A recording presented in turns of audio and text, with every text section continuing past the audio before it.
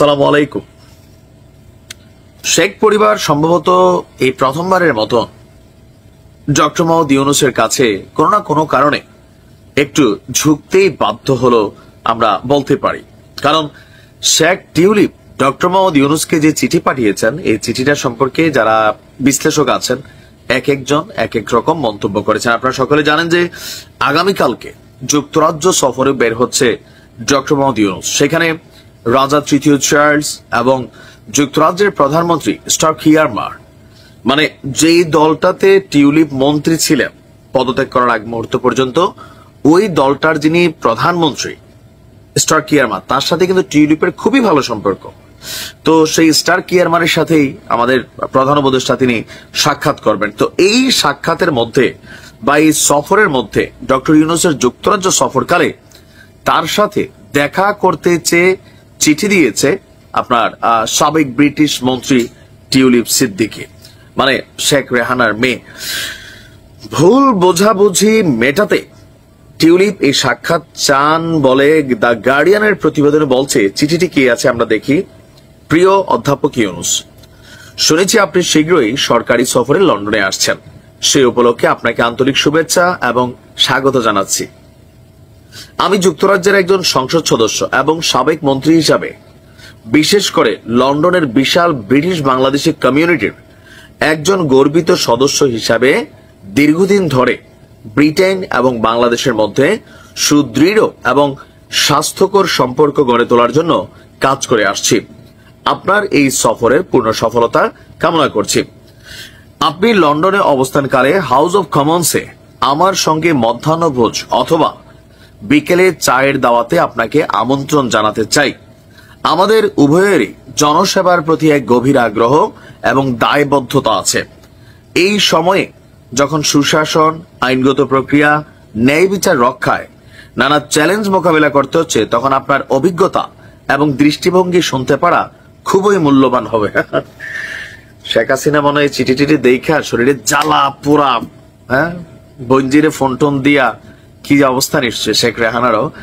কারণ চিঠির যে ভাষা, ডক্টর মোহাম্মদ ইউনূসকে অন্তত এই ধরনের চিঠি দিছে, এই বক্তব্য আমি জানি না যে শেখ হাসিনা এবং কি শেখ রেহানার কাছে বিষয়টা বা সজীব জয়ের কাছে কেমন লাগছে। তো তিনি বলছেন, আমি নিজে যুক্তরাজ্যের অর্থ মন্ত্রণালয়ে দায়িত্ব পালন করেছি। সেই সূত্রে আপনার অর্থনৈতিক এবং সামাজিক উন্নয়নে ঐতিহাসিক ভূমিকা সবসময় আমাকে অনুপ্রাণিত করেছে। ভাবা যায় তো এই অনুপ্রাণিতটা একটু আগে হইলেও ভালো ছিল।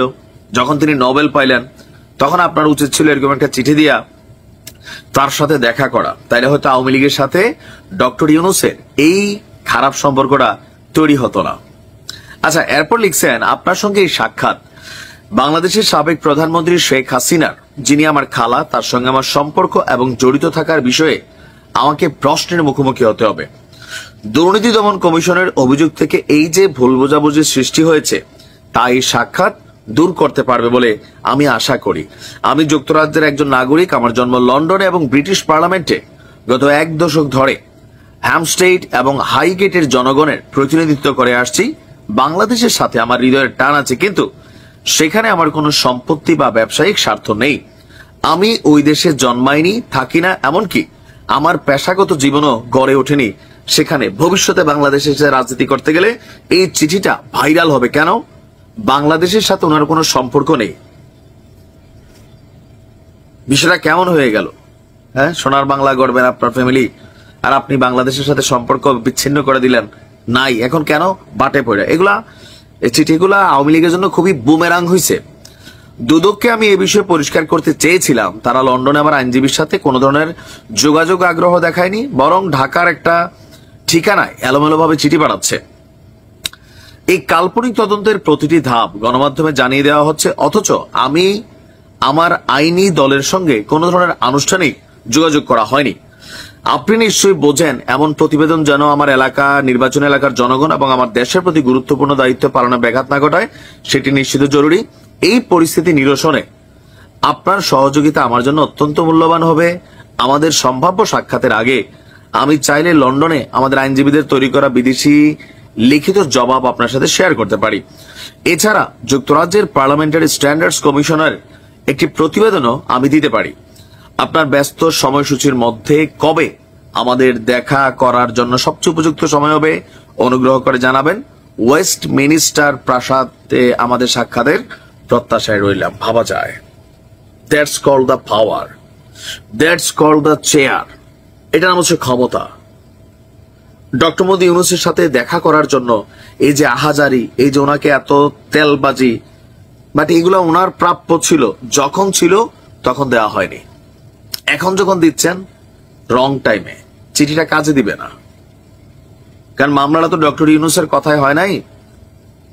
ভুল মামলা হোক, সঠিক মামলা হোক, এর ইনভেস্টিগেশনের মাধ্যমেই নিষ্পত্তি হবে। দেখা যাক ডক্টর ইউনূস কি বলেন।